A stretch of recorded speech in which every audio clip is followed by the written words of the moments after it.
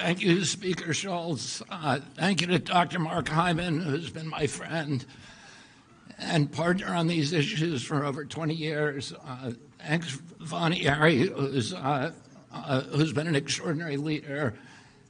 And then Marty McCary, I'm so grateful that you agreed to join the administration. And Jay Bhattacharya, will you guys come up here and stand behind me? We have an amazing team at HHS. When my uncle was president in the 1960s, we had the healthiest people in the world. And one of the basic assumptions of our country was that because we were robust people, because we were vigorous, because we were tough, we had what my uncle called this beef jerky toughness, that was responsible for our country being the land of the brave and the home of the free, the greatest industrial power in the world, the wealthiest country. We owned half the wealth on earth when my uncle was president, and part of that was because of the vigor of our society. And that's one of the reasons he started the Presidential Council on Physical Fitness, because he saw that he felt that Americans were getting soft and was going to steal from us and erode all of our leadership, our moral authority, and our values, and our role as an exemplary nation. And since his death, we've had this extraordinary chronic disease epidemic. When my uncle was president, 3% of American kids had chronic disease. Today, it's around 60%. And these are a broad category, the ones that Marty mentioned, like ADHD, the neurological disorders, ADD, ADHD, speech delay, language delay, tics, Tourette syndrome, narcolepsy, ASD, and autism. All of these are injuries that I never heard of when I was a kid.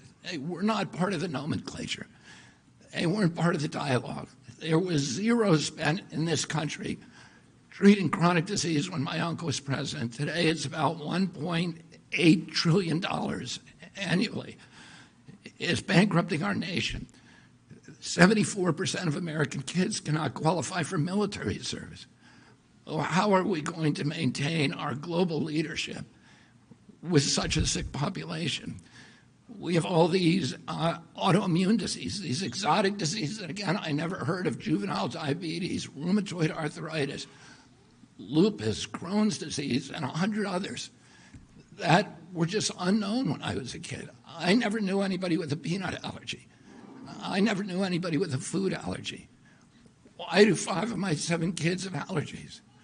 I never knew of anybody who had eczema. I knew of a very small number of children who had asthma, but that has exploded as well today. And our fertility is dropping dramatically. Teenagers in this country today have the same testosterone levels as 68-year-old men. Our girls are reaching puberty 6 years early, from 10 to 14 years old. And this is existential for our country. And we have to address it. And one of the problems, when I met with, and I want to commend the food companies for working with us to achieve this agreement or this settlement. And when I went in a few months or about a month ago to meet with the food companies, I was talking with my staff about these petroleum-based dyes, and I said, if they want to add petroleum, if they want to eat petroleum, they ought to add it themselves at home. But they shouldn't be feeding it to the rest of us. And without our knowledge or consent.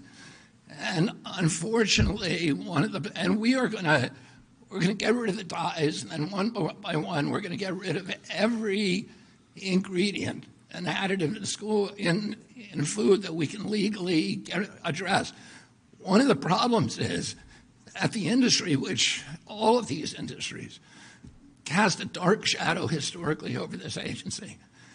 And there's so many conflicts that we are now systematically eliminating. That has allowed them to suppress the science. There's shockingly few studies, even on food dyes, and on all these other ingredients as well. And Jay Bhattacharya, who is here and who's running the director of NIH, is now narrowly targeting these kind of food additives for scientific study, so that one by one we can start eliminating them where they can. Where we can't, there's things that we'll never be able to eliminate, like sugar. And sugar is poison, and Americans need to know that. It is poisoning us. It's giving us a diabetes crisis. When I was a kid, I always say this, a typical pediatrician would see one case of diabetes in his lifetime. Today, it's 1 out of every 3 kids who walks through his office door. In our most recent study from NIH, 38% of American teens, it's half our adult population. This is existential. We are spending as much on mitochondrial disorders like diabetes as we spend on our military budget. We can't continue to exist like this. And the problem is industry is making money on keeping us sick. As Jay pointed out, ADHD is associated with all these behavioral disorders. But those disorders are treated not by changing our diet, but providing medications to treat our kids. And they get medicated, and that's the only solution.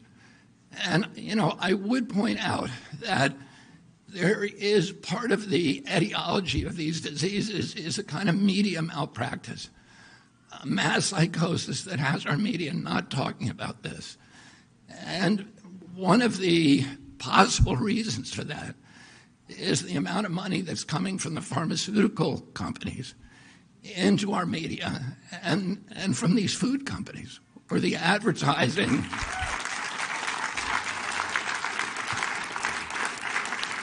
And the advertising has at least plays a factor. That revenue, that extraordinary revenue stream, in disabling their capacity or their inclination for skepticism and for critical thinking. So Americans don't know what they're eating, and they don't know the implications of those things.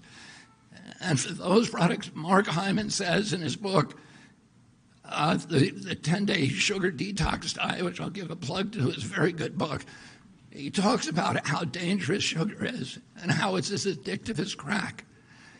And our children are addicted to it from when they're little kids. Our agency recommends, I think, a huge amount of sugar for kids from when they're born.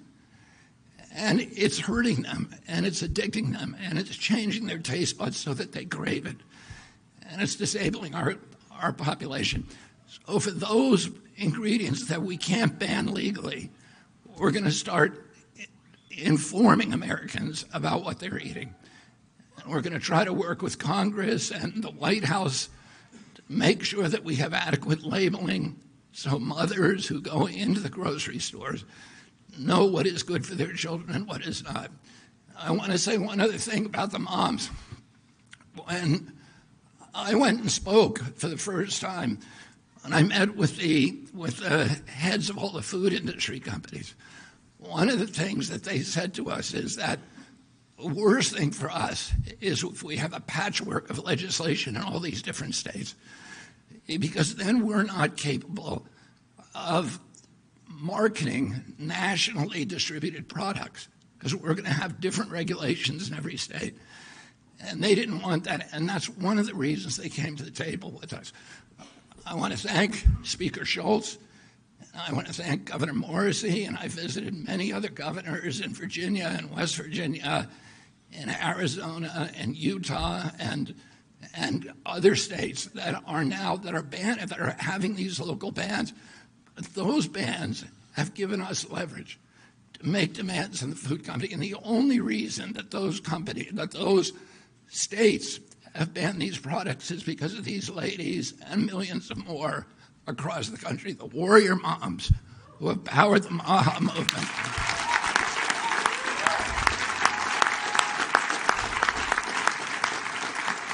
And I just want to urge all of you, it's not the time to stop. It's the time to redouble your efforts, because we have them on the run now. And we are going to win this battle. And 4 years from now, we're going to have most of these products off the market, or you will know about them when you go in the grocery store. So I want to thank you.